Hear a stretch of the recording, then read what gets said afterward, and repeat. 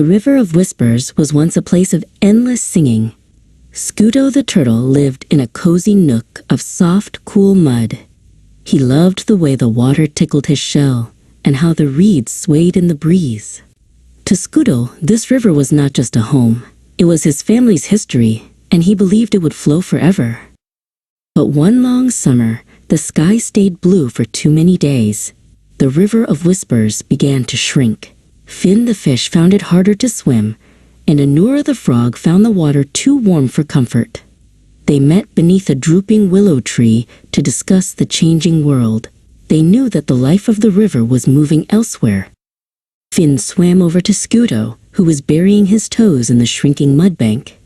"The water is leaving, Scoo," Finn warned, his scales shimmering in the harsh sun. "I must follow the last of the current to the Great Lake. If I stay, I will have nowhere to breathe. Come with us before the path closes." Anura hopped over and landed with a soft thud near Scoo's shell. "The Great Lake is far, but it is full of life," Anura croaked. "Change is like the wind. You cannot stop it, but you can let it carry you to a new beginning." But Scoo gripped the mud tighter. "My grandfather stayed here through many summers," Scoo insisted.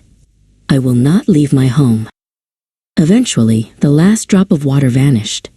The River of Whispers became the River of Dust. Finny and Anura were gone, and Scoo was left in a world of cracked gray earth. He retreated deep into his shell, burying himself in the dry ground. He hoped that by staying very still, he could keep the past alive, even as the sun baked the land hard. One morning, a man named Ocher walked across the dry riverbed.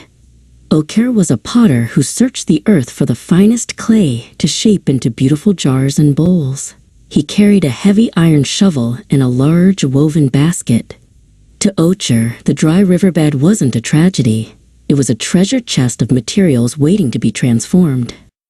Ocher stopped right where Scoo was hidden beneath the surface. He drove his shovel deep into the earth. Clang! The metal blade struck the top of Scoo's hard shell. The ground groaned and shifted. Scoo felt a terrifying jolt as the roof of his world was suddenly peeled away, exposing him to the blinding light of the afternoon. Ocher stepped back in surprise as the piece of clay began to move. Scoo blinked his eyes, his heart racing.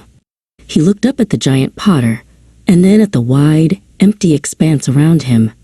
He realized that the mud he had clung to so tightly was no longer a home. It had become a trap that nearly led to his end. Scoo looked toward the distant hills, where a thin line of green promised new life. He finally understood that the river hadn't disappeared.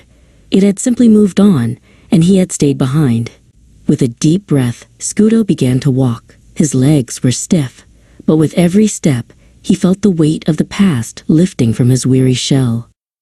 Days later, Scoo reached a bubbling brook. He found Finn swimming in a deep pool and Anura resting on a fresh green leaf. Scoo stepped into the cool water and let out a sigh of relief. He learned that change isn't something to fear, for life is like a river, always flowing, always growing, and always leading us exactly where we need to be.